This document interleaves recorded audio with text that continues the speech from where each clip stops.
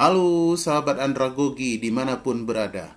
Jumpa lagi dengan Andragogi Channel, Gerbang Ilmu Pengetahuan. Bersama saya Dr. Supriyadi MPD. Pada video kali ini kita akan membahas sebuah topik penting yang nanti akan menjadi bekal mahasiswa dalam melaksanakan profesinya sebagai guru, yaitu dalam topik telaah SKL, KI, KD, dan merancang protah dan promes. Video ini merupakan materi pada kegiatan belajar 1 pada modul lokakarya program profesi guru tahun 2022. Video ini saya namakan dengan modul video karena antara video pembelajaran ini dengan modul berjalan beriringan dan saling melengkapi. Modul video ini mencoba menyahuti 3 gaya belajar yang banyak dialami oleh banyak orang. Ada gaya belajar visual, auditorial, dan kinestetis. Bagi Anda yang memiliki kecenderungan gaya belajar visual dan auditorial, maka keberadaan video ini akan sangat membantu dan memudahkan memahami materi secara lebih komprehensif. Kita mulai pembahasan kita dengan menjelaskan capaian pembelajaran. Capaian pembelajaran kita yaitu diharapkan dapat menelaah standar kelulusan, kompetensi inti, kompetensi dasar, dan merancang program tahunan dan program semester. Sub capaian pembelajaran kita ada 3. Pertama, menganalisis konsep SKL, KI, KD pada kurikulum 2013 dan SKL capaian pembelajaran pada kurikulum Merdeka, serta karakteristik perilaku hasil belajar berdasarkan taksonomi. Yang kedua, menganalisis SKL, KI, KD dan perumusan indikator pencapaian kompetensi kurikulum 2013 yang berorientasi abad 21. Yang ketiga, merumuskan program tahunan dan program semester. Kita mulai dengan konsep SKL KIKD pada kurikulum 2013 dan SKL capaian pembelajaran pada kurikulum Merdeka. Konsep SKL, KI, dan KD pada Kurtilas. SKL merupakan kriteria minimal tentang kesatuan sikap, keterampilan, dan pengetahuan yang menunjukkan capaian kemampuan peserta didik dari hasil pembelajarannya pada akhir jenjang pendidikan. Ketiga kriteria tersebut, yaitu kriteria sikap, keterampilan, dan pengetahuan itu diharapkan dapat dicapai setelah menyelesaikan masa belajarnya di satuan pendidikan pada suatu jenjang pendidikan. Hal ini didasarkan pada Permendikbudristek nomor 5 tahun 2022 tentang standar kompetensi lulusan pada pendidikan anak usia dini, jenjang pendidikan dasar, dan jenjang pendidikan menengah. Pada kurikulum 2013, SKL merupakan acuan utama dalam pengembangan kompetensi inti. Selanjutnya, KI dijabarkan ke dalam kompetensi dasar, dan pada akhirnya KD tersebut kemudian diturunkan menjadi beberapa indikator pencapaian kompetensi itu sendiri. Rumusan SKL tersebut sebenarnya sudah ada dan tertuang dalam Peraturan Menteri Pendidikan dan Kebudayaan Republik Indonesia nomor 20 tahun 2016 tentang standar kompetensi lulusan pendidikan dasar dan menengah. Kita lihat apa itu kompetensi inti. Kompetensi inti merupakan tingkat kemampuan untuk mencapai standar kompetensi lulusan yang harus dimiliki seorang peserta didik pada setiap tingkatan kelas.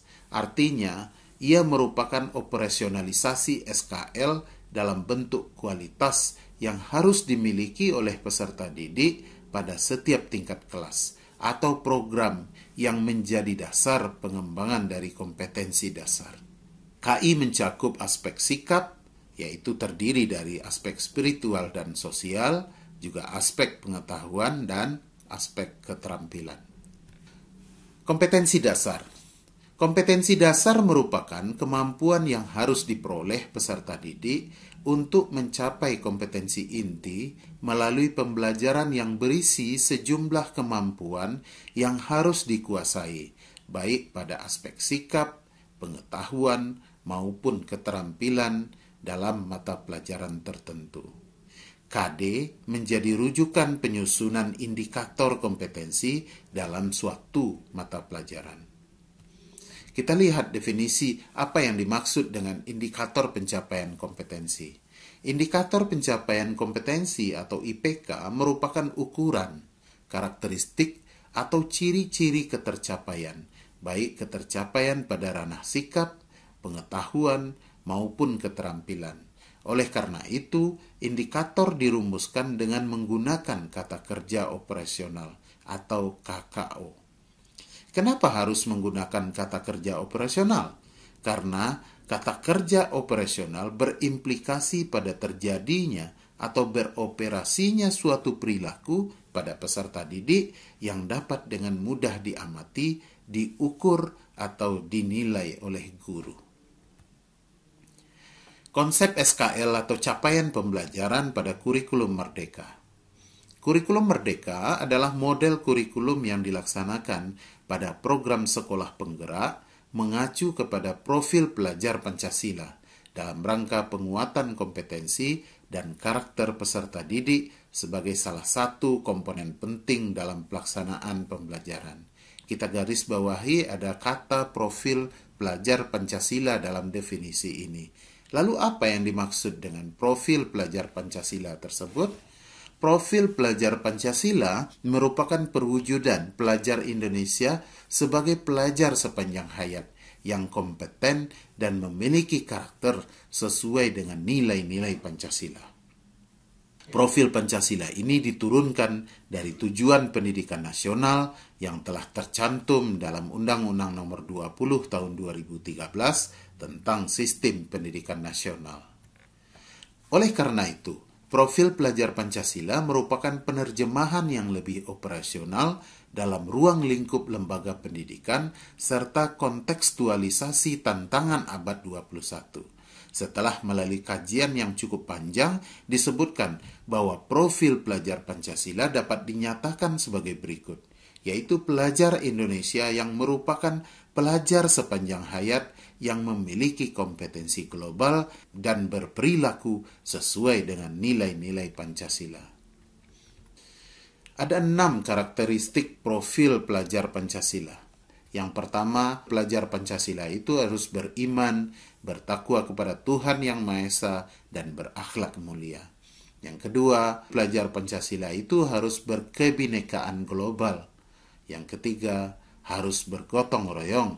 Yang keempat, harus mandiri. Yang kelima, harus bernalar kritis. Yang keenam, harus kreatif. Keenam unsur ini menjadi karakter dari profil pelajar Pancasila. Berkenaan dengan profil pelajar Pancasila ini akan dibahas secara terpisah pada video tersendiri dengan judul Kurikulum Merdeka, tetap pada Andragogi Channel. Berikutnya akan kita jelaskan tentang standar kompetensi lulusan itu sendiri. Standar kompetensi lulusan atau yang biasa disingkat dengan SKL dirumuskan berdasarkan pada tujuan pendidikan nasional, tingkat perkembangan peserta didik, kerangka kualifikasi nasional Indonesia atau KKNI, dan jalur, jenjang, dan jenis pendidikan. SKL digunakan sebagai acuan dalam pengembangan standar isi, standar proses, standar penilaian pendidikan, standar tenaga kependidikan, standar sarana prasarana, standar pengelolaan, dan standar pembiayaan. SKL digunakan sebagai pedoman dalam penentuan kelulusan peserta didik dari satuan pendidikan, kecuali bagi peserta didik pada tingkat pendidikan anak usia dini. Berikutnya akan kita lihat SKL pada masing-masing tingkat pendidikan. Pada pembahasan pertama kita akan membahas tentang SKL pada tingkat PAUD. SKL pada tingkat PAUD yang pertama mengenal dan percaya kepada Tuhan Yang Maha Esa, mengenal ajaran pokok agama, dan menunjukkan sikap menyayangi dirinya, sesama manusia, serta alam sebagai ciptaan Tuhan Yang Maha Esa melalui partisipasi aktif dalam merawat diri dan lingkungannya. Yang kedua, mengenali identitas diri, mengetahui kebiasaan di keluarga, sekolah, dan masyarakat, mengetahui dirinya merupakan bagian dari warga negara Indonesia, serta mengetahui keberadaan negara lain di dunia. Yang ketiga, mengenali emosi, mampu mengendalikan keinginannya sebagai sikap menghargai keinginan orang lain dan mampu berinteraksi dengan teman sebayanya. Yang keempat, mengenali serta menghargai kebiasaan dan aturan yang berlaku, serta memiliki rasa senang terhadap belajar, menghargai usahanya sendiri untuk menjadi lebih baik, dan memiliki keinginan untuk berusaha kembali ketika belum berhasil. Yang kelima, memiliki daya imajinasi dan kreativitas melalui eksplorasi dan ekspresi pikiran dan atau perasaannya dalam bentuk tindakan sederhana dan atau karya yang dapat dihasilkan melalui kemampuan kognitif, afektif, rasa seni, serta keterampilan motorik halus dan kasarnya. Yang keenam, mampu menyebutkan alasan, pilihan, atau keputusannya, mampu memecahkan masalah sederhana, serta mengetahui hubungan sebab akibat dari suatu kondisi atau situasi yang dipengaruhi oleh hukum alam. Yang ketujuh, mampu menyimak, memiliki kesadaran akan pesan teks, alfabet, dan fenomik, memiliki kemampuan dasar yang diperlukan untuk menulis, memahami instruksi sederhana, mampu mengutarakan pertanyaan dan gagasannya, serta mampu menggunakan kemampuan bahasanya untuk bekerja sama.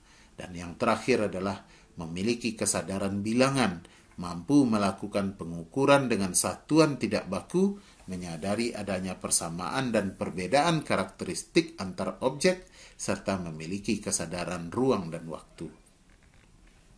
Kedelapan ini merupakan SKL pada tingkat PAUD. Kemudian kita lihat SKL pada tingkat SD dan sederajat. Fokus SKL pada tingkat SD dan sederajat adalah pertama, persiapan peserta didik menjadi anggota masyarakat yang beriman dan bertakwa kepada Tuhan Yang Maha Esa serta berakhlak mulia. Yang kedua, penanaman karakter yang sesuai dengan nilai-nilai Pancasila. Dan yang ketiga, pengetahuan untuk meningkatkan kompetensi peserta didik agar dapat hidup mandiri dan mengikuti pendidikan lebih lanjut. Dan SKL untuk tingkat SD itu dapat kita jelaskan sebagai berikut. Pertama, mengenal Tuhan Yang Maha Esa melalui sifat-sifatnya, memahami ajaran pokok agama dan kepercayaan, melaksanakan ibadah dengan bimbingan, bersikap jujur, menunjukkan perilaku hidup sehat dan bersih, menyayangi dirinya, sesama manusia, serta alam sebagai ciptaan Tuhan Yang Maha Esa, serta taat pada aturan. Kemudian yang kedua, mengenal dan mengekspresikan identitas diri dan budayanya, mengenal dan menghargai keragaman budaya di lingkungannya, melakukan interaksi antar budaya, dan mengklasifikasi prasangka dan stereotip, serta berpartisipasi untuk menjaga negara kesatuan Republik Indonesia. Yang ketiga, menunjukkan sikap peduli dan perilaku berbagi, serta berkolaborasi antar sesama dengan bimbingan di lingkungan sekitar. Yang keempat, menunjukkan sikap bertanggung jawab sederhana, kemampuan mengelola pikiran dan perasaan, serta tak bergantung pada orang lain dalam pembelajaran dan pengembangan dirinya. Yang kelima, menunjukkan kemampuan menyampaikan gagasan, membuat tindakan atau karya kreatif sederhana, dan mencari alternatif tindakan untuk menghadapi tantangan termasuk melalui kearifan lokal. Yang keenam, menunjukkan kemampuan menanya, menjelaskan, dan menyampaikan kembali informasi yang didapat atau masalah yang dihadapi. Dan yang ketujuh, menunjukkan kemampuan dan kegemaran berliterasi berupa mencari dan menemukan teks, menyampaikan tanggapan atas bacaannya, dan mampu menulis pengalaman dan perasaan sendiri. Dan yang terakhir, menunjukkan kemampuan numerasi dalam bernalar menggunakan konsep, prosedur, fakta, dan alat matematika untuk menyelesaikan masalah yang berkaitan dengan diri dan lingkungan terdekat. Kita lihat SKL pada tingkat SD ini lebih tinggi dari SKL yang terlihat tadi di tingkat PAUD. Kita lihat lagi SKL pada tingkat SMP dan sederajat. Kita mulai dulu dari pembahasan fokus. SKL pada tingkat SMP ini memberi fokus pada 3 hal. Pertama, persiapan peserta didik menjadi anggota masyarakat yang beriman dan bertakwa kepada Tuhan Yang Maha Esa serta berakhlak mulia. Yang kedua, penanaman karakter yang sesuai dengan nilai-nilai Pancasila. Dan yang ketiga, pengetahuan untuk meningkatkan kompetensi peserta didik agar dapat hidup mandiri dan mengikuti pendidikan yang lebih lanjut.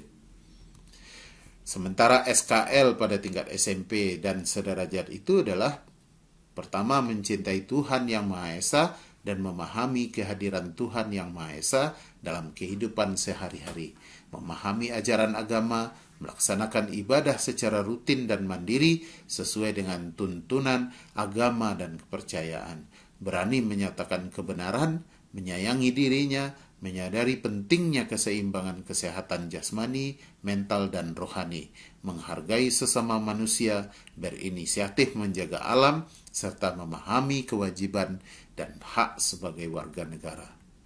Yang kedua, mengekspresikan dan bangga terhadap identitas diri dan budayanya, menghargai keberagaman masyarakat dan budaya nasional, terbiasa melakukan interaksi antar budaya, menolak stereotip dan diskriminasi, serta berpartisipasi aktif untuk menjaga negara kesatuan Republik Indonesia.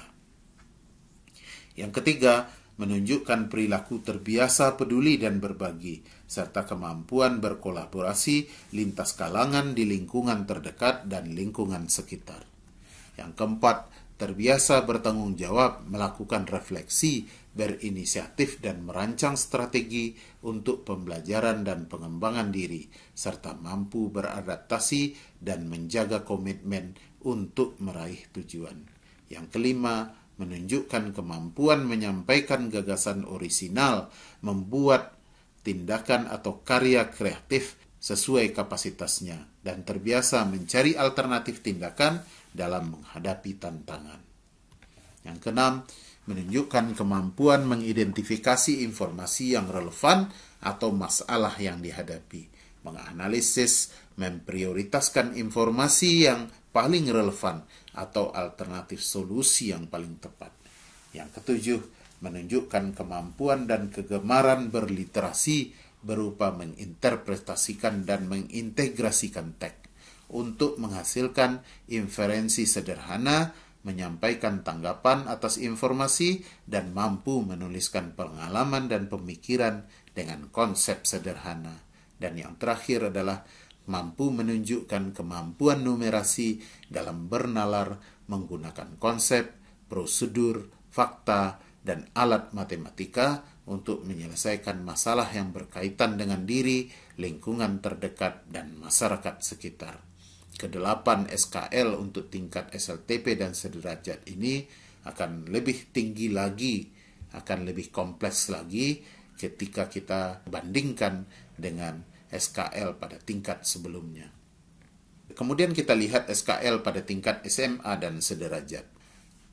Fokusnya tetap 3, yaitu persiapan peserta didik menjadi anggota masyarakat yang beriman bertakwa kepada Tuhan Yang Maha Esa serta berakhlak mulia. Yang kedua, penanaman karakter yang sesuai dengan nilai-nilai Pancasila. Dan yang ketiga, keterampilan untuk meningkatkan kompetensi peserta didik agar dapat hidup mandiri dan mengikuti pendidikan lebih lanjut sesuai dengan kejuruannya. Sementara SKL-nya juga ada 8, kita jelaskan satu persatu, yaitu yang pertama, menyayangi dirinya, menghargai sesama dan melestarikan alam semesta sebagai wujud cinta kepada Tuhan Yang Maha Esa, menunjukkan sikap religius dan spiritual sesuai ajaran agama kepercayaan yang dianutnya, memahami sepenuhnya ajaran agama kepercayaan yang dianutnya, memahami sepenuhnya ajaran agama secara utuh, rutin melaksanakan ibadah dengan penghayatan, menegakkan atau mengedepankan integritas dan kejujuran, pembelaan pada kebenaran, pelestarian alam, penyeimbangan kesehatan jasmani, mental dan rohani, serta pemenuhan kewajiban dan hak sebagai warga negara. Yang kedua, mengekspresikan dan bangga terhadap identitas diri dan budayanya, menghargai dan menempatkan keberagaman masyarakat dan budaya nasional dan global secara setara dan adil. Aktif melakukan interaksi antar budaya, menolak stereotip dan diskriminasi, serta berinisiatif untuk menjaga negara kesatuan Republik Indonesia. Yang ketiga, menunjukkan sikap aktif mendorong perilaku peduli dan berbagi, serta kemampuan berkolaborasi lintas kalangan di lingkungan terdekat, lingkungan sekitar, dan masyarakat yang lebih luas. Yang keempat, menunjukkan perilaku bertanggung jawab, melakukan refleksi, berinisiatif, dan merancang strategi untuk pembelajaran dan pengembangan diri, serta terbiasa beradaptasi dan menjaga komitmen untuk meraih tujuan.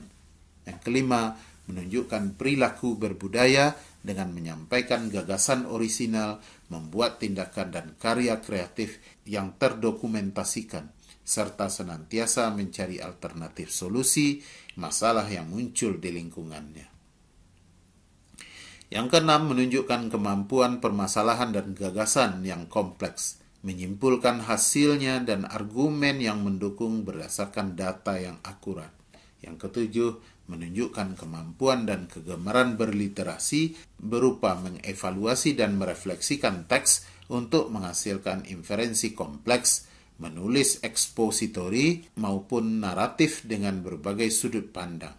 Dan yang terakhir, menunjukkan kemampuan numerasi dalam bernalar menggunakan konsep, prosedur, fakta, dan alat matematika untuk menyelesaikan masalah yang berkaitan dengan diri, lingkungan terdekat, masyarakat sekitar, dan masyarakat global. Kita lihat lagi SKL pada tingkat SMK. Fokusnya tetap ada 3, dan itu sama dengan fokus yang ada di SMA sederajat. Kita lewati saja untuk menghemat durasi video. Kemudian kalau SKL-nya juga ada 8, yaitu yang pertama menyayangi dirinya, menghargai sesama, dan melestarikan alam semesta sebagai wujud cinta kepada Tuhan Yang Maha Esa, menunjukkan sikap religius dan spiritualitas sesuai ajaran agama dan kepercayaan yang dianut, memahami sepenuhnya ajaran agama secara utuh, rutin melaksanakan ibadah dengan penghayatan, menegakkan atau mengedepankan integritas dan kejujuran, pembelaan pada kebenaran, pelestarian alam, penyeimbangan kesehatan jasmani, mental dan rohani, serta pemenuhan kewajiban dan hak sebagai warga negara. Yang kedua, mengekspresikan dan bangga terhadap identitas diri dan budayanya, menghargai dan menempatkan keragaman masyarakat dan budaya nasional dan global secara setara dan adil, aktif melakukan interaksi antar budaya, menolak stereotip dan diskriminasi, serta berinisiatif untuk menjaga negara kesatuan Republik Indonesia.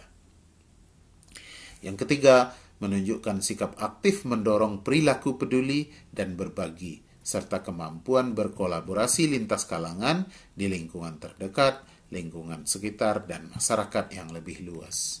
Yang keempat, menunjukkan perilaku bertanggung jawab, melakukan refleksi, berinisiatif, dan merancang strategi untuk pembelajaran dan pengembangan diri, serta terbiasa beradaptasi dan menjaga komitmen untuk meraih tujuan. Yang kelima, menunjukkan perilaku berbudaya dengan menyampaikan gagasan orisinal, membuat tindakan dan karya kreatif yang terdokumentasikan, serta senantiasa mencari alternatif solusi masalah yang muncul di lingkungannya. Yang keenam, menunjukkan kemampuan menganalisis permasalahan dan gagasan yang kompleks, menyimpulkan hasilnya, dan menyampaikan argumen yang mendukung pemikirannya berdasarkan data yang akurat. Yang ketujuh, menunjukkan kemampuan dan kegemaran berliterasi, berupa menganalisis teks untuk menghasilkan inferensi, menyampaikan tanggapan atas informasi, serta menulis ekspositori maupun naratif yang relevan dengan bidang kejuruannya. Yang kedelapan, menggunakan konsep, prosedur, fakta, dan alat matematika untuk menyelesaikan masalah praktis yang relevan dengan bidang kejuruannya. Dan yang terakhir dan merupakan bagian yang spesifik untuk SKL SMK adalah menunjukkan kemampuan keahlian sesuai dengan kejuruannya untuk menguatkan kemandirian serta kesiapan memasuki dunia kerja. Sahabat andragogi, kemudian kita bahas karakteristik perilaku hasil belajar sesuai dengan taksonomi. Kita mulai dulu dari pemahaman tentang taksonomi. Apa itu taksonomi? Taksonomi dimaknai sebagai seperangkat prinsip klasifikasi atau struktur dan kategori ranah kemampuan tentang perilaku peserta didik yang terbagi ke dalam ranah sikap, ranah pengetahuan, dan yang terakhir adalah ranah keterampilan. Pembagian taksonomi hasil belajar ini dilakukan untuk mengukur perubahan perilaku peserta didik selama proses belajar sampai pada pencapaian hasil belajar yang dirumuskan dalam perilaku atau behavior dan terdapat pada indikator pencapaian kompetensi. Maka dapat kita simpulkan bahwa taksonomi itu akan muncul nanti pada saat pengukuran hasil belajar dan itu diukur dari indikator pencapaian kompetensi. Umumnya, klasifikasi perilaku hasil belajar yang digunakan berdasarkan taksonomi Bloom yang pada kurikulum 2013 menggunakan taksonomi yang sudah disempurnakan oleh Anderson dan Cradwell dengan pengelompokan sebagai berikut. Taksonomi itu dikelompokkan menjadi 3 bagian. Pertama ada aspek sikap, aspek pengetahuan, dan aspek keterampilan. Aspek sikap merupakan perilaku, emosi, dan perasaan dalam bersikap dan merasa. Pengetahuan merupakan kapabilitas intelektual dalam bentuk pengetahuan atau berpikir. Sementara yang ketiga adalah keterampilan, yaitu merupakan keterampilan manual atau motorik dalam bentuk melakukan. Nanti akan kita bahas satu persatu. Untuk ranah sikap afektif, kita menggunakan olahan yang dikemukakan oleh Cradwell yang terdiri dari 5 tingkatan yang biasa dikenal dengan A1, A2, A3, sampai A5. A1 disebut oleh Cradwell dengan receiving, yaitu menerima. Yang kedua, A2 adalah responding, yaitu menanggapi. Yang ketiga, A3 adalah valuing, yaitu menghargai. A4 adalah organization atau mengatur diri. Dan yang A5 adalah characterization, yaitu menjadikan pola hidup.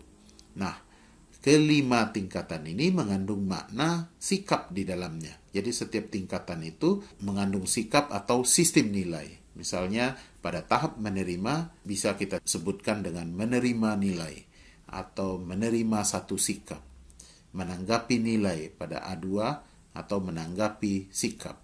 Begitu seterusnya sampai ke A5. Pada ranah pengetahuan, kita menggunakan model Bloom olahan Anderson yang terdiri dari 6 tingkatan yang biasa dikenal dengan C1 sampai C6. C1 menurut Anderson adalah remember, mengingat. Yang kedua, menurut Anderson adalah understand atau memahami. C3, apply. C4, analyze. C5, evaluate. Yang C6, create. Keenam tingkatan ini menurut Anderson merupakan ranah capaian pada aspek pengetahuan. Pada aspek keterampilan, kita menggunakan gradasi Dyers, olahan dari Simpson. Kita dapat lihat bahwa saya sorot pakai mouse, ada P1, P2, P3, P4 hingga P5. Pada aspek P1 itu disebut dengan imitasi atau imitation. Kemudian pada P2 manipulasi atau manipulation. P3 itu presisi atau precision. Pada P4 artikulasi atau articulation. Pada P5 naturalisasi atau naturalization. Pada setiap tingkat ini mengandung makna gerak di dalamnya. Jadi kalau P1 itu adalah peniruan, maka kita bisa sebutkan dengan peniruan gerak. Kalau di P2 ada manipulasi, maka kita sebut dengan manipulasi gerak, dan begitu seterusnya.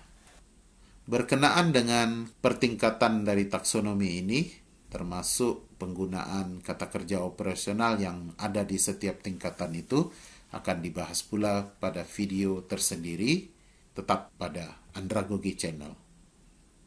Sahabat Andragogi, kita bahas tentang perilaku hasil belajar. Perilaku hasil belajar merupakan capaian yang bersifat hierarkis. Pada tataran realita, terkadang seorang guru sudah merasa puas dengan capaian kognitif peserta didik saja dalam pembelajaran, padahal ketercapaian kemampuan kognitif belum menggambarkan ketercapaian pembelajaran peserta didik secara menyeluruh. Setelah kita melihat ada konsep taksonomi yang disampaikan oleh beberapa ahli yang sudah kita bahas sebelum ini, maka kemudian kita coba kaitkan dengan konsep Islam. Sebenarnya dalam Islam terdapat 3 konsep untuk mencapai keutuhan pribadi Muslim. 3 konsep tersebut justru melampaui capaian pada konsep-konsep yang sudah disebutkan pada konsep taksonomi yang lalu. Ketiga konsep capaian mencapai pribadi yang sempurna tersebut bisa kita ungkap, yaitu konsep Islam, iman, dan ihsan, yang merupakan capaian tertinggi dalam pembelajaran dalam Islam. 3 tingkatan ini adalah sesuatu yang utama dan sangat penting, karena dengan begitu seorang Muslim bisa menjadi Muslim yang seutuhnya setelah mencapai ketiga konsep tersebut. Pertama adalah konsep Islam. Konsep Islam merupakan amalan lahiriah yang mencakup syahadat, sholat, puasa, zakat, dan haji. Saat seseorang melakukan 5 amalan ini, yang biasa disebut dengan rukun Islam, maka orang tersebut dikatakan sebagai Muslim. Pada konsep Islam terdapat integrasi kemampuan kognitif dan psikomotorik. Benar ya? Misalnya pada sholat, puasa, zakat, harus dilandasi dengan landasan pengetahuan yang disebut dengan kognitif. Ketika penguasaan kognitif tentang syarat, rukun, dan tata cara sholat itu dikuasai, maka pada aspek psikomotor dapat berjalan beriringan dan saling mendukung nanti. Proses pemberian pengetahuan harus ditindaklanjuti dengan contoh dan pelaksanaan. Dalam Islam, pemahaman yang dikuatkan dalam pelaksanaan menjadi satu kesatuan yang tidak dapat dipisahkan. Yang kedua, konsep iman. Konsep iman merupakan tingkatan afeksi pada taksonomi Bloom. Aspek afektif taksonomi Bloom dalam tinjauan ilmu pendidikan Islam adalah pembinaan sikap mental atau mental attitude yang baik dan matang. Aspek ini dapat memberikan teladan bukan hanya pada tataran teoritis. Pada proses pemberian pengetahuan ini harus ditindaklanjuti dengan contoh yang sebelumnya guru perlu memberikan pengetahuan terlebih dahulu sebagai landasan dalam pembelajarannya. Keimanan merupakan sesuatu yang lebih tinggi dari sekedar paham dan bisa melakukan. Konsep iman menjadi ruh dalam konsep Islam itu sendiri. Iman menjadi penentu perbuatan seseorang diterima atau ditolak oleh Allah. Seseorang disebut sebagai mukmin, maka orang tersebut sudah pasti seorang Muslim. Namun, tidak setiap Muslim adalah seorang yang mukmin, karena pelaksanaan yang tidak dibarengi dengan keyakinan yang kuat, maka belum bisa dikatakan sebagai seorang mukmin. Quran Surat Al-Hujarat ayat 14, yang artinya orang-orang Arab Badui berkata, "Kami telah beriman." Katakanlah kepada mereka, "Kamu belum beriman, tetapi katakanlah, kami telah tunduk atau Islam." Karena iman belum masuk ke dalam hatimu, dan jika kamu taat kepada Allah dan Rasul-Nya, Dia tidak akan mengurangi sedikit pun pahala amal perbuatanmu. Sungguh Allah Maha Pengampun, lagi Maha Penyayang. Tingkatan ketiga yaitu konsep ihsan. Tingkat ihsan ini merupakan tingkatan tertinggi seorang Muslim karena melibatkan perkara lahir dan batin. Seseorang yang mampu menjalani ibadah dengan ihsan hanya akan berharap pada keridaan Allah semata, Konsep ini mengajarkan seseorang untuk tidak lagi berharap pada pujian dunia dan mengajarkan untuk melakukan apapun dengan sepenuh hati. Prestasi yang didapat semata-mata hanya untuk kemaslahatan dan berharap hanya kepada keridaan Allah saja. Sahabat Andragogi, kemudian kita akan bahas tentang hubungan SKL, KI, KD, dan hasil belajar. Kita lihat dari matrik ini, ada rangkaian yang bisa kita lihat bahwa SKL dan hasil belajar itu merupakan dua hal yang saling menjadi ukuran. Nah, kalau kita lihat panah ini, SKL nanti akan mewarnai KI dan ruang lingkup pembelajaran, kemudian KI dan ruang lingkup pembelajaran itu akan menjadi KD, dan KD itu sendiri akan dijabarkan menjadi materi pelajaran, dan akan berwujud pada pembelajaran, dan pembelajaran itu nanti akan berwujud pada proses penilaian. Dan penilaian itu akan menjadi hasil akhir yang disebut dengan hasil belajar. Dan hasil belajar itu merupakan cerminan dari pencapaian SKL. Penguasaan kompetensi. Penguasaan kompetensi lulusan dikelompokkan menjadi beberapa tingkat kompetensi, yaitu diartikan sebagai kriteria capaian kompetensi yang bersifat generik yang harus dipenuhi oleh peserta didik pada setiap tingkat kelas dalam rangka pencapaian standar kompetensi lulusan. Kompetensi inti pada ranah sikap, yaitu sikap spiritual dan sikap sosial, merupakan kombinasi reaksi afektif, kognitif, dan konatif atau perilaku. Kita lihat gradasi dan taksonomi ranah sikap. Pada ranah sikap, kita bisa lihat kombinasi reaksi afektif, konatif, dan kognitif, yaitu pada A1 hingga A5. A1 menerima, A2 menanggapi, A3 menghargai, A4 menghayati, dan A5 mengamalkan nilai itu sendiri. Dari gradasi ini dapat kita jelaskan bahwa gradasi ini merupakan kombinasi reaksi afektif, kognitif, dan konatif atau perilaku itu sendiri. Gradasi kompetensi sikap meliputi menerima, merespon, menanggapi, menghargai, menghayati, dan mengamalkan tadi. Sedangkan kompetensi inti pada ranah pengetahuan itu memiliki dua dimensi dengan batasan-batasan yang telah ditentukan pada setiap tingkatnya. Dimensi pertama pada ranah pengetahuan itu bisa disebut dengan dimensi perkembangan kognitif atau cognitive process dimension peserta didik, yakni perkembangan kognitif pada tingkat low order thinking skill atau LOTS dan tingkat high order thinking skill atau HOTS.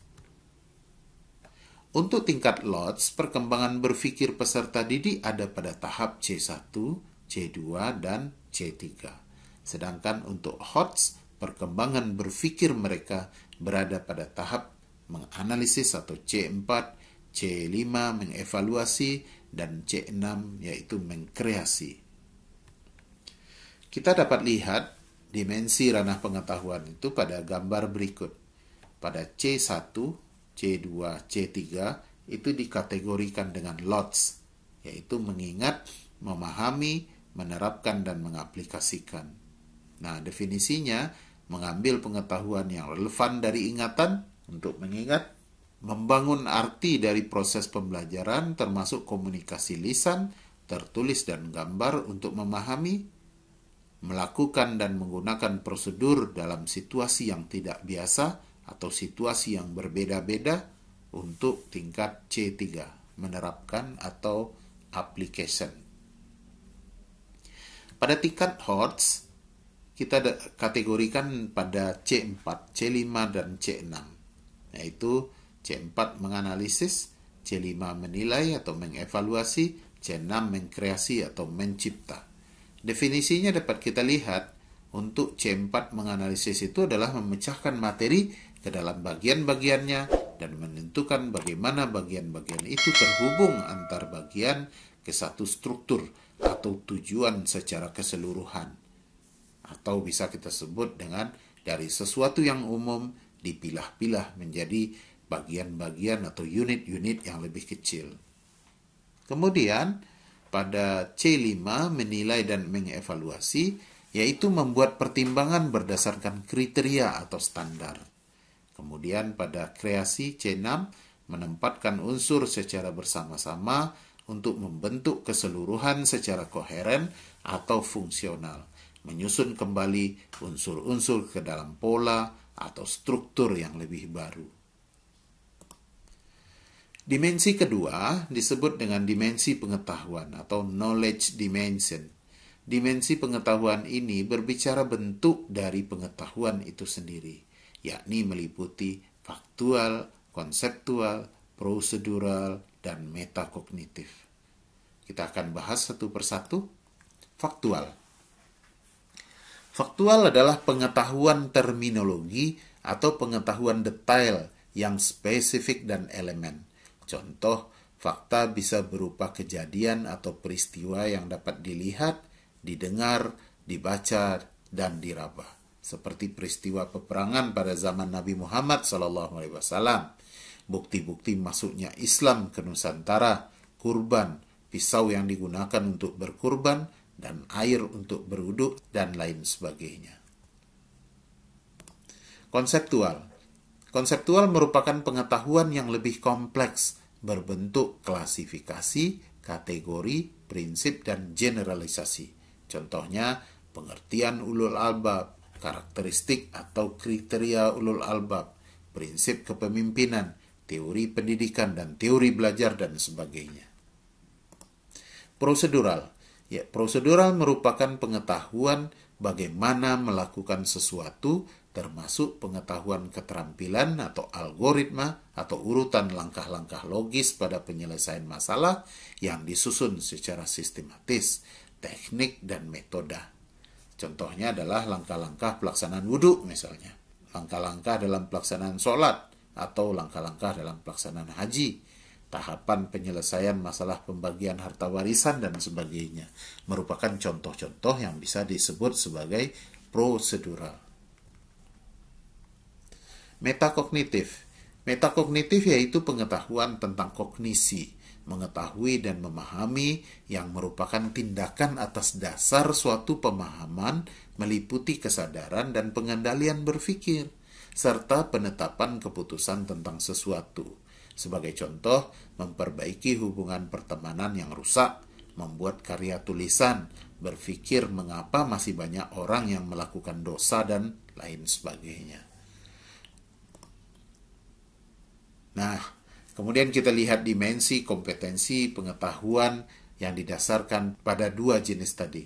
Pada proses kognitif ada C1 hingga C6, pada jenis bentuk knowledge terdiri dari 4. Faktual itu lebih dekat pada C1, konseptual itu lebih dekat pada C2, prosedural itu lebih tepat pada C3, sementara yang terakhir metakognitif itu merupakan penggabungan dari C4, C5, dan C6 itu sendiri.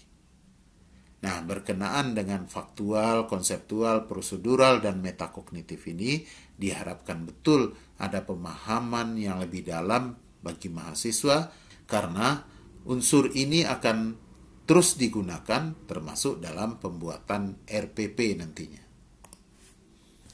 Kita lihat lagi, pengembangan berpikir peserta didik yang dikenal dengan dimensi proses kognitif pada rumusan KD pengetahuan atau KD3 memiliki hubungan dengan bentuk pengetahuan atau knowledge dimension tadi. Sebagai contoh, mengingat C1 bentuk pengetahuannya adalah fakta. Menjelaskan atau C2 berkaitan dengan konsep, menerapkan berkaitan dengan bentuk pengetahuan prosedural. Adapun perkembangan berpikir menganalisis sampai dengan mengkreasi memiliki hubungan dengan bentuk pengetahuan metakognitif. Ini hanya penjelasan saja. Di gambar tadi sudah kita jelaskan pula secara gamblang kaitan antara proses kognitif dengan bentuk knowledge itu sendiri. Nah, bagian ketiga dari kompetensi inti itu adalah pada ranah keterampilan. mengandung keterampilan abstrak dan keterampilan konkret. Keterampilan abstrak lebih bersifat mental skill yang cenderung merujuk pada keterampilan menyaji, mengolah, menalar, dan mencipta dengan dominan pada kemampuan mental keterampilan berpikir.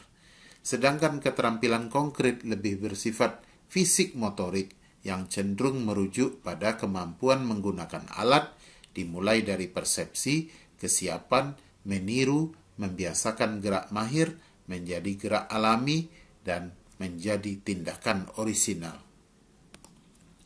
Kita lihat pada dimensi kompetensi keterampilan itu pada gambar berikut. Pada dimensi keterampilan itu ada yang disampaikan oleh Dyers, oleh Dave, oleh Simpson. Pada Dyers itu ada K atau keterampilan, atau bisa juga dengan P. K1 mengamati, K2 menanya, mencoba, menalar, menyaji, dan mencipta. Menurut Dyers, aspek keterampilan abstrak itu terdiri dari 6 tingkatan. Sementara menurut Dave dan Simpson itu terdapat 5 tingkatan, sehingga pada aspek psikomotor itu terdapat 5 tingkatan. Kalau Dave adalah imitasi, manipulasi, presisi, artikulasi, dan naturalisasi. Sementara pada Simpson ada persepsi, kesiapan, dan meniru, membiasakan, mahir, alami, dan orisinal. Ini perbedaan pendapat di antara 3 ahli ini dalam memandang dimensi kompetensi keterampilan. Baik, kita masuk pada ketercapaian SKL, KI, dan KD.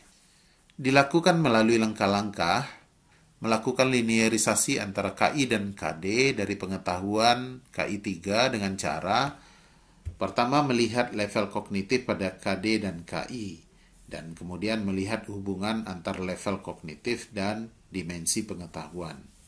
Yang kedua, melakukan linearisasi KD dari KI 3 dan KD-KD yang ada di KI 4. Yang ketiga, mengidentifikasi keterampilan yang perlu dikembangkan sesuai dengan rumusan KD dari KI 4. Apakah termasuk keterampilan abstrak atau konkret. Yang keempat, mengidentifikasi sikap-sikap yang dapat dikembangkan dalam kegiatan yang dilakukan mengacu pada rumusan KD dari sikap spiritual dan sikap sosial. Baik, sahabat andragogi, berikutnya kita bahas tentang analisis SKL, KI, KD, penilaian, dan hasil belajar. Kita mulai dengan pemahaman konsep berkenaan dengan analisis SKL, KI, dan KD. Analisis SKL, KI, dan KD merupakan titik awal perencanaan pembelajaran. Kerangka berpikir analisis SKL, KI, KD perlu dipahami agar pembelajaran yang disajikan berjalan sesuai dengan skema besar pencapaian SKL kurikulum. Berangkat dari cita-cita dan impian, penerapan kurikulum nasional diterapkan bukan sekedar update pengetahuan dan keterampilan saja, namun untuk menyiapkan peserta didik agar memiliki kompetensi, baik sikap spiritual, sikap sosial, pengetahuan, maupun keterampilan, agar nantinya unggul dalam persaingan global abad 21 ini. Adapun tujuan analisis SKL, KI, dan KD adalah untuk mengetahui arah capaian setiap peserta didik dalam menuntaskan pembelajaran yang dilakukan. Selama menjalani proses pembelajaran, peserta didik harus mampu memenuhi sikap, pengetahuan, dan keterampilan yang sudah ditetapkan pada Permendikbud nomor 20 tahun 2016 pada setiap jenjang pendidikan, seperti yang sudah kita jelaskan di awal tadi. Pada ranah operasional, pembentukan kompetensi lulusan dilakukan melalui pembelajaran yang dilakukan oleh guru di seluruh mata pelajaran. Dalam konteks ini, materi dan proses pembelajaran menjadi instrumen penting menuju tercapainya SKL yang dicita-citakan. Materi pembelajaran yang tidak linier dengan SKL akan menjadi penyebab tidak tercapainya kompetensi yang diinginkan. Analisis SKL, KI, dan KD inilah wujud langkah guru meluruskan dan melinierkan perencanaan pembelajaran untuk pencapaian SKL yang diinginkan. Analisis SKL, KI, dan KD adalah kegiatan menguraikan keterkaitan SKL, KI, dan KD atas berbagai bagiannya, menelaah bagian itu sendiri, serta hubungan antar bagian untuk memperoleh berbagai informasi pedagogis yang berguna untuk membuat perencanaan pembelajaran yang benar. Analisis SKL, KI, dan KD menjabarkan komponen SKL, KI, dan KD, baik KD pengetahuan maupun KD keterampilan. Selain aktivitas menjabarkan menjadi bagian-bagian yang lebih kecil, analisis SKL, KI, dan KD juga menjabarkan hubungan dan keterkaitan antar komponen yang dianalisis tersebut. Maka dengan demikian, jelaslah kiranya bahwa silabus dan RPP adalah dokumen yang diturunkan dari KI dan KD. Dan KI KD diturunkan dari SKL, satuan pendidikan, baik SD sederajat, SMP sederajat, dan SMA sederajat. Agar silabus dan RPP yang dikembangkan benar-benar akurat mengeksekusi keinginan SKL, maka perlu ada jaminan linearitas KI dan KD terhadap SKL-nya. Analisis SKL, KI, dan KD inilah penjamin linearitas silabus dan RPP terhadap SKL yang sudah ditetapkan pemerintah. Lalu bagaimana analisis SKL, KI, dan KD? Analisis dilakukan melalui dua tahapan. Pertama, dengan menganalisis kesesuaian antara KI pengetahuan dengan KI keterampilan dan menganalisis KD3 pengetahuan dan KD4 keterampilan. Untuk lebih jelasnya, silakan kita lihat tabel berikut. Ini adalah tabel format analisis kesesuaian dan rekomendasi antara KI pengetahuan dan KI keterampilan. Pada kolom pertama dan kolom kedua diisi sesuai dengan Permendikbud nomor 24 tahun 2016 seperti yang sudah kita bahas di awal video ini. Kemudian kolom ketiga menjelaskan peruntukan KI 3 dan KI 4 tersebut. Nanti akan kita perlihatkan bentuk real dari analisis. Pada slide ini baru format analisis kesesuaian yang kita perlihatkan. Ini adalah contoh dari analisis itu sendiri. Kita lihat untuk KI 3 pengetahuan. Ini pada kelas 10. Ini diambil dari Permendikbud nomor 24 tahun 2016, lampiran ke-40. Kita lihat ada KI 3 dan KI 4-nya. Nah, kemudian untuk kolom berikutnya diisi berdasarkan peruntukan dari masing-masing KI tersebut. Contohnya, untuk KI 3 pengetahuan dan KI 4 keterampilan adalah untuk program pendidikan 3 tahun. Kemudian KI 3 dan KI 4 tersebut sesuai menjadi rujukan KD mata pelajaran PAI pada kompetensi pengetahuan dan keterampilan kelas 10, 11, dan 12. Ini analisa dan rekomendasi dari KI tersebut. Kemudian ini format analisis dan rekomendasi KD, pengetahuan, dan keterampilan. Kita coba lihat pada kolom 1, kita isi sesuai dengan mata pelajaran yang tertera pada Permendikbud nomor 24 tahun 2016. Kemudian kolom 2 juga begitu, sesuai dengan mata pelajaran pada Permendikbud nomor 24 tahun 2016. Pada kolom 3, kita menentukan tingkat atau dimensi proses kognitif dan bentuk pengetahuan dari kompetensi dasar pengetahuan, analisis KD3, tingkat dimensi kognitif dan bentuk dimensi pengetahuan.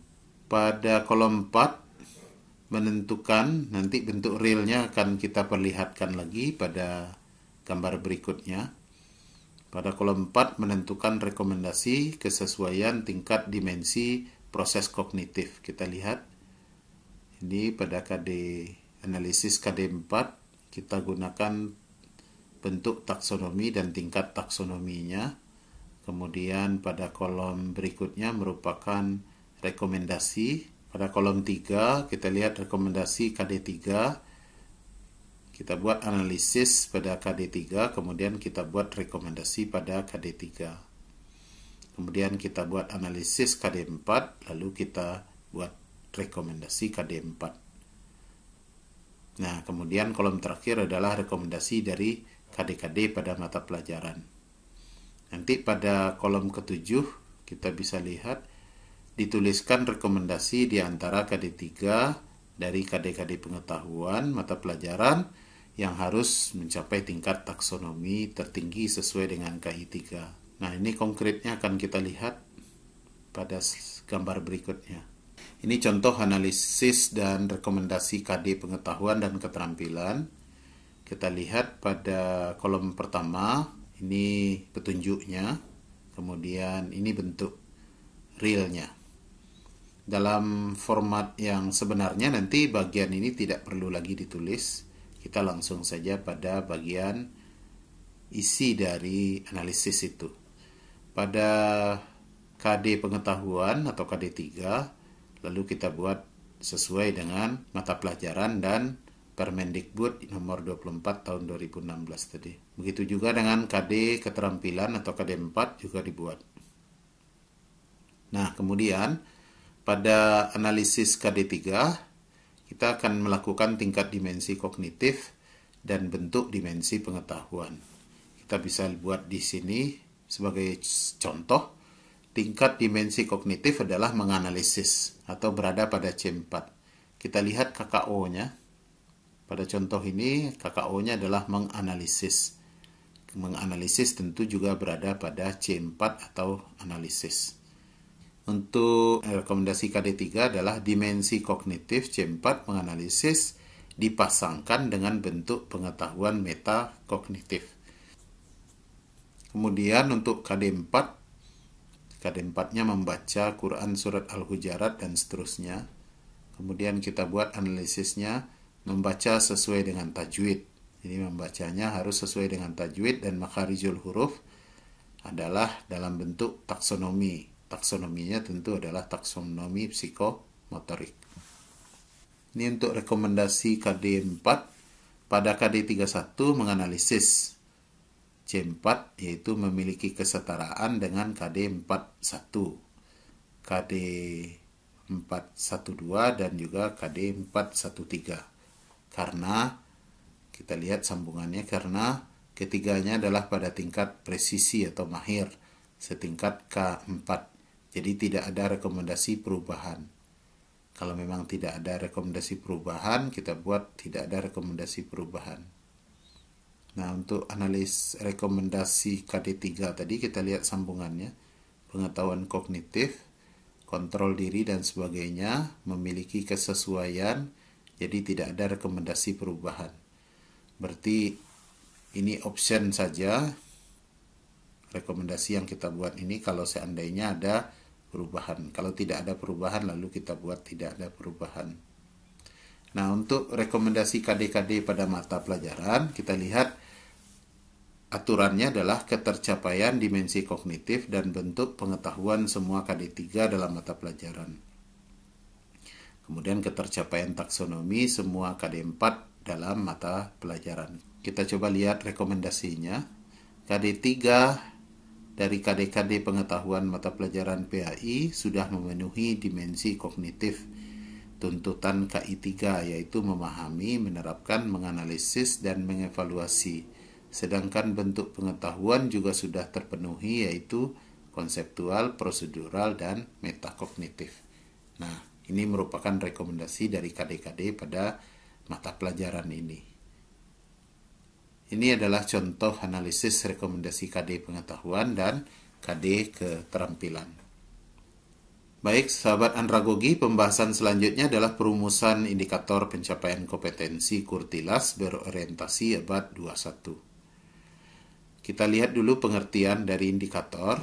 Indikator pencapaian kompetensi akan menjadi pedoman dalam merancang, melaksanakan, serta mengevaluasi hasil belajar peserta didik. Rancangan penilaian memberikan acuan dalam menentukan bentuk dan jenis penilaian, serta pengembangan indikator penilaian. Hal yang perlu diperhatikan dalam perumusan indikator itu adalah indikator itu harus dirumuskan dari KD. Jadi ketika kita merumuskan indikator, maka rujukannya bukan ke KI, bukan ke SKL, tapi justru ke KD. Yang kedua, menggunakan kata kerja operasional atau KKO yang dapat diukur. Artinya adalah KKO yang sifatnya SMART, specific, measurable, achievable, reliable, dan time bound. Itu konsep yang mesti kita gunakan ketika kita membuat indikator berdasarkan KKO yang dapat diukur itu. Kemudian, indikator dirumuskan dalam kalimat yang simple, jelas, dan mudah dipahami. Jadi, indikator itu tidak menggunakan bahasa yang bias, berbelit-belit, dan sulit dipahami. Kemudian yang keempat, indikator itu tidak menggunakan kata kerja yang bermakna ganda. Artinya adalah setiap poin indikator itu memiliki hanya satu KKO saja. Kalau ingin membuat KKO berikutnya, maka dibuat poin baru untuk menjadi indikator lain. Dan jangan khawatir ketika kita membuat indikator itu dalam jumlah yang cukup banyak. Tidak ada masalah, jangan ragu kalau seandainya kita membuat indikator itu tidak ada batas. Bahkan ada batas minimal, setiap KD itu dijabarkan minimal menjadi 2 indikator atau lebih. Lebihnya itu tidak ada ukurannya, bisa 3, 4, 5, dan seterusnya. Kemudian hanya mengandung satu kompetensi atau tindakan. Betul, dalam satu poin indikator hanya mengandung satu kompetensi atau satu tindakan. Kalau seandainya menginginkan kompetensi lain atau tindakan lain, maka dibuatkan poin baru dari indikator itu. Kemudian yang keenam, indikator itu memperhatikan karakteristik mata pelajaran, potensi dan kebutuhan peserta didik, sekolah, masyarakat, dan lingkungan. Langkah-langkah dalam merumuskan indikator.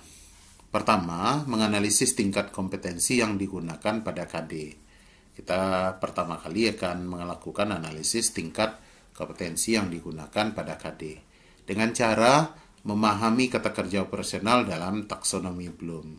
Kita sebagai guru harus memahami betul pertingkatan dari taksonomi yang dikemukakan oleh Bloom, oleh Dev, oleh Cradwell, oleh Anderson, dan sebagainya.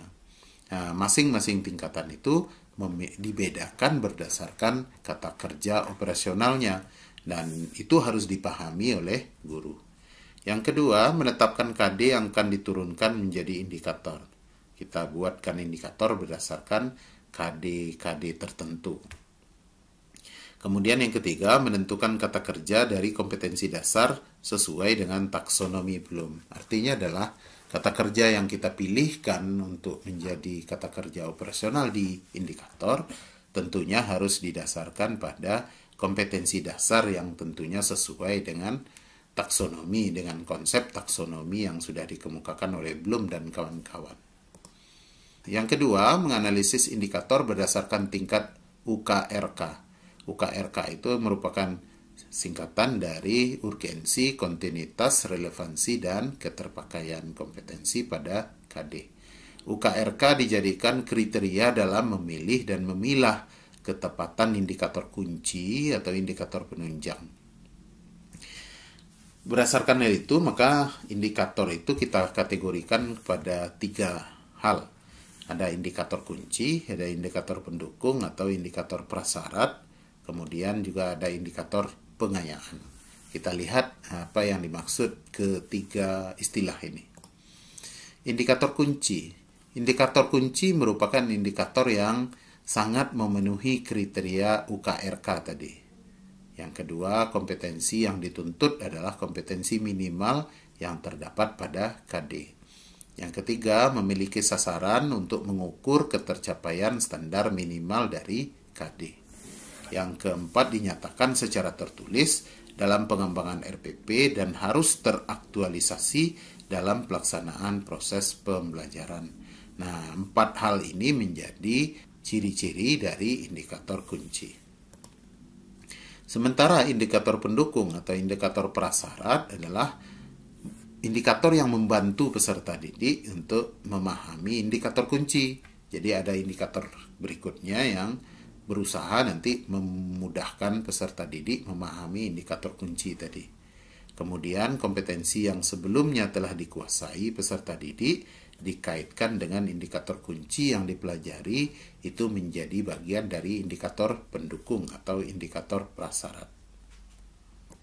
Kemudian indikator pengayaan. Indikator pengayaan itu memiliki 3 ciri, yaitu mempunyai tuntutan kompetensi yang melebihi dari tuntutan kompetensi dari standar minimal. Jadi kita susun nanti ada standar pengayaan yang lebih tinggi yang melebihi tuntutan dari kompetensi standar minimal.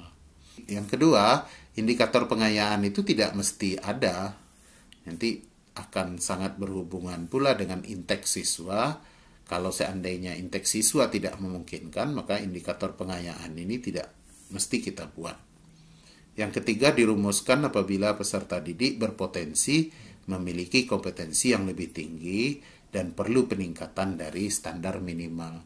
Ini biasanya terjadi pada sekolah-sekolah unggul dan murid-murid pada percepatan, kelas-kelas percepatan. Misalnya ada murid yang melompat kelas, yang di SD itu hanya 4 tahun, misalnya kelas 3 dan 4 itu dijalani hanya dengan 1 tahun, maka indikator pengayaan itu perlu dibuatkan. Untuk lebih jelasnya pembahasan tentang taksonomi dan kata kerja operasional yang sudah kita singgung tadi, maka Anda semua, sahabat Andragogi, dapat melihat atau menonton, menyimak pada video pembelajaran kami yang telah berlalu. Silahkan klik gambar ini. Jika gambar ini tidak bisa diklik, silahkan klik link yang ada di bawahnya. Pembahasan berikutnya adalah merancang program tahunan dan program semester. Kita bahas satu persatu pemahaman konsep tentang program terlebih dahulu. Program adalah unsur pertama yang harus ada demi terciptanya suatu kegiatan. Program merupakan kata, ekspresi, atau pernyataan yang memuat asas serta usaha yang dirancang dalam susunan dan rangkaian yang menjadi satu kesatuan prosedur, kumpulan instruksi tertulis, atau suatu bagian yang executable berupa urutan langkah untuk menyelesaikan suatu masalah.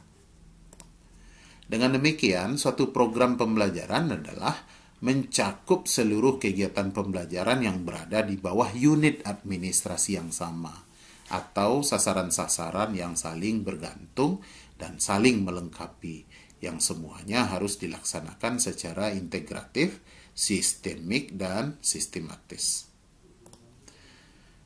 Ada konsep Islam yang berkenaan dengan program ini. Program sering dikaitkan dengan perencanaan, persiapan, dan desain atau rancangan. Dalam Al-Quran Surah Al-Hasr ayat 18, konsep perencanaan memperhatikan kejadian masa lalu untuk menjadi bahan untuk merencanakan sesuatu di masa yang akan datang. Nah, ini tersirat jelas pada Quran Surat Al-Hasr ayat 18. Hai orang-orang yang beriman, bertakwalah kepada Allah dan hendaklah setiap diri memperhatikan apa yang telah diperbuatnya untuk hari esok, dan bertakwalah kepada Allah, sesungguhnya Allah Maha mengetahui apa yang kamu kerjakan. Kalau disimak ayat ini secara lebih mendalam, maka kalimat ma qaddamat ligots itu dapat berarti mengintrospeksi apa yang telah dilakukan di masa lalu untuk menjadi bekal hari esok, yang merupakan perintah Allah Subhanahu wa taala untuk menghisap diri sendiri sebelum dihisap oleh Allah sendiri. Atau kalimat ma qaddamat ligat itu merupakan salah satu dari landasan teori perencanaan dalam Islam, di mana memperkenalkan teori perencanaan yang tidak hanya berorientasi dunia, tapi juga berorientasi akhirat. Ibnu Katsir menyebutkan, introspeksilah diri sendiri sebelum Allah Subhanahu wa taala mengintrospeksi diri di hari kiamat nanti. Imam Al-Ghazali juga berpendapat bahwa ayat ini merupakan perintah untuk selalu memperbaiki diri dalam peningkatan iman dan takwa kepada Allah Subhanahu wa taala, yang mana kehidupan sebelumnya atau kehidupan kemarin tidak boleh sama dengan hari esok, dan memperhatikan setiap perbuatan serta mempersiapkan diri dengan baik. Program tahunan dan program semester. Program tahunan atau biasa disingkat dengan PROTA dan program semester yang biasa disingkat dengan PROMES atau ada juga yang menyebut dengan PROSEM merupakan administrasi pembelajaran yang menjadi dasar bagi susunan administrasi pembelajaran lainnya. PROTA adalah susunan alokasi waktu pembelajaran selama 1 tahun untuk mencapai standar kompetensi dan kompetensi dasar yang diharapkan. Penyusunan PROTA dilakukan setelah jumlah jam mengajar untuk mata pelajaran tertentu sudah diketahui. PROTA biasanya dilakukan di awal tahun ajaran baru. Keberhasilan merencanakan PROTA akan berpengaruh pada administrasi pembelajaran yang lain, seperti misalnya program semester, silabus, RPP, dan lain sebagainya.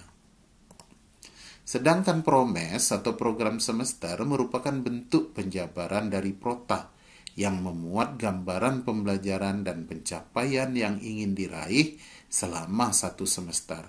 Dengan adanya program semester ini akan lebih mudah dalam menuntaskan mata pelajaran yang diampu.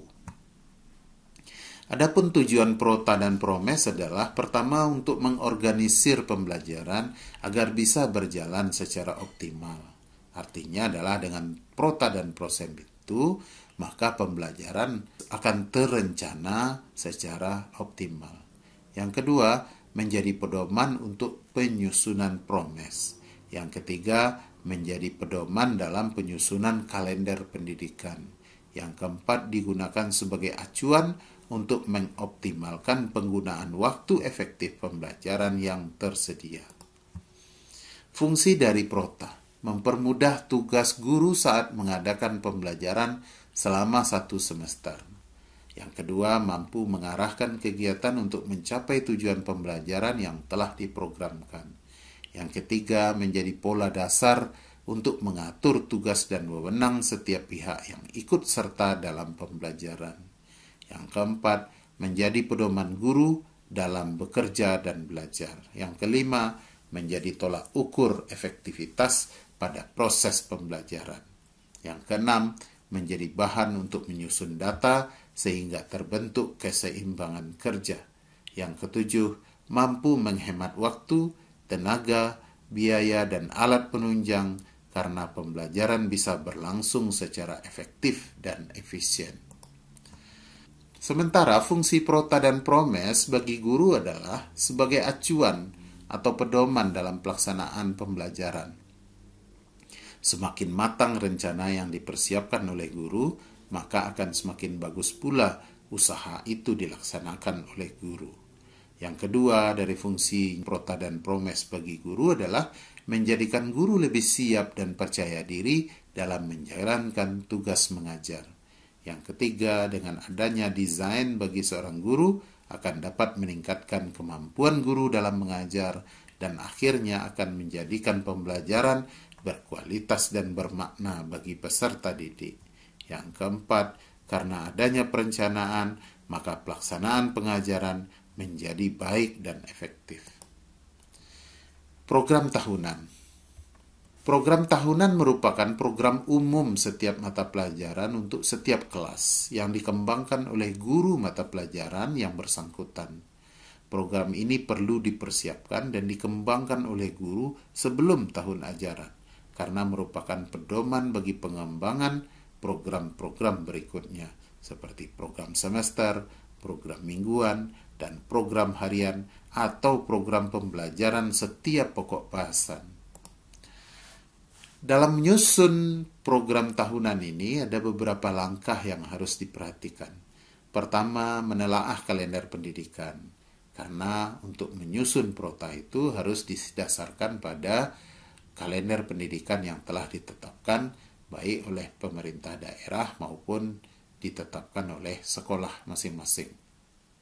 Dan ciri khas sekolah atau madrasah berdasarkan kebutuhan tingkat satuan pendidikan.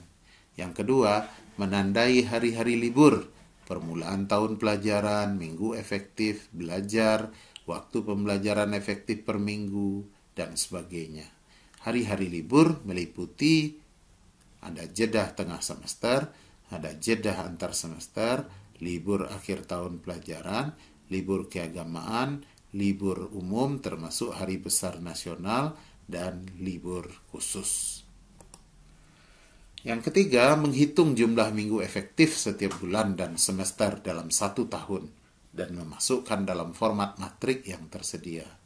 Yang keempat, mendistribusikan alokasi waktu yang disediakan untuk suatu mata pelajaran pada setiap KD dan topik bahasannya pada minggu efektif sesuai ruang lingkup cakupan materi, tingkat kesulitan dan pentingnya materi tersebut, serta mempertimbangkan waktu untuk ulangan serta review materi. Kalau kita lihat ada format program tahunan seperti yang terlihat pada slide, maka program tahunan itu dibuat seperti ini. Nanti akan kita perlihatkan proses pembuatannya secara step by step, langkah per langkah, pada video khusus yang linknya akan kami perlihatkan sebentar lagi. Video yang bisa membantu Anda dalam membuat program tahunan. Silakan Anda klik videonya. Jika videonya tak bisa diklik, mungkin file yang Anda terima sudah berupa PDF, maka silakan Anda klik link yang ada di bawah ini. Semoga video ini membantu memudahkan Anda dalam membuat program tahunan. Program semester. Program semester berisi garis-garis besar mengenai hal-hal yang hendak dilaksanakan dan dicapai dalam semester tersebut. Dalam program pendidikan semester dipakai satuan waktu terkecil, yaitu satuan semester, untuk menyatakan lamanya satu program pendidikan.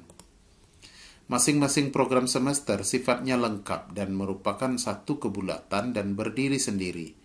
Kalau program tahunan disusun untuk menentukan jumlah jam yang diperlukan untuk mencapai kompetensi dasar, maka dalam program semester diarahkan untuk menjawab minggu keberapa atau kapan pembelajaran untuk mencapai kompetensi dasar tersebut dilaksanakan.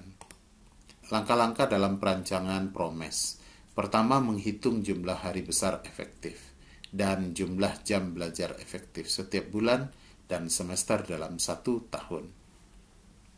Yang kedua, mendistribusikan alokasi waktu yang disediakan untuk suatu KD, serta mempertimbangkan waktu untuk ulangan serta review materi. Target yang harus dicapai dalam pemahaman KD adalah materi pokok yang sesuai dengan kompetensi dasar yang bersesuaian. Yang kedua, tingkat kedalaman materi yang dibahas pada kompetensi inti dan kompetensi dasar yang bersesuaian. Yang ketiga, perkiraan waktu yang dibutuhkan untuk membuat peserta didik kompeten terhadap kompetensi dasar yang bersangkutan. Yang ketiga, guru selanjutnya menentukan alokasi waktu dari setiap KD, yakni alokasi waktu dirinci untuk setiap kompetensi dasar, alokasi waktu pembelajaran untuk setiap KD, tergantung pada kompleksitas sebuah KD atau tingkat kesulitan sebuah KD, keluasan KD, strategi, metode pembelajaran, alat, bahan, dan sumber belajar yang tersedia. Kalau kita lihat ada format program semester seperti ini. Nanti ada nama bulan sesuai dengan semester yang bersangkutan. Ini kebetulan semester 2 dimulai Januari hingga Juni. Kalau semester 1 tentu Juli hingga Desember. Nanti ada pekannya dihitung sesuai dengan kalender pendidikan. Nah, kemudian bagi Anda yang ingin mempelajari lebih jauh tentang teknis cara pembuatan program semester, kami Andragogi Channel juga sudah menyiapkan video khusus yang berkenaan dengan itu. Silakan Anda klik videonya, namun jika videonya tidak bisa diklik karena perubahan file ke PDF, silakan Anda klik link yang ada di bawahnya. Mudah-mudahan video teknis ini akan sangat membantu dan memudahkan Anda dalam mempelajari topik ini secara lebih komprehensif. Karena topik ini adalah topik lokakarya, tentunya mengarah pada keterampilan praktis Bapak Ibu calon guru profesional atau para penonton Andragogi Channel semuanya untuk mempelajari lebih jauh tentang cara pembuatan protah dan promes ini. Terima kasih atas perhatian Anda, semoga bermanfaat dan salam Andragogi.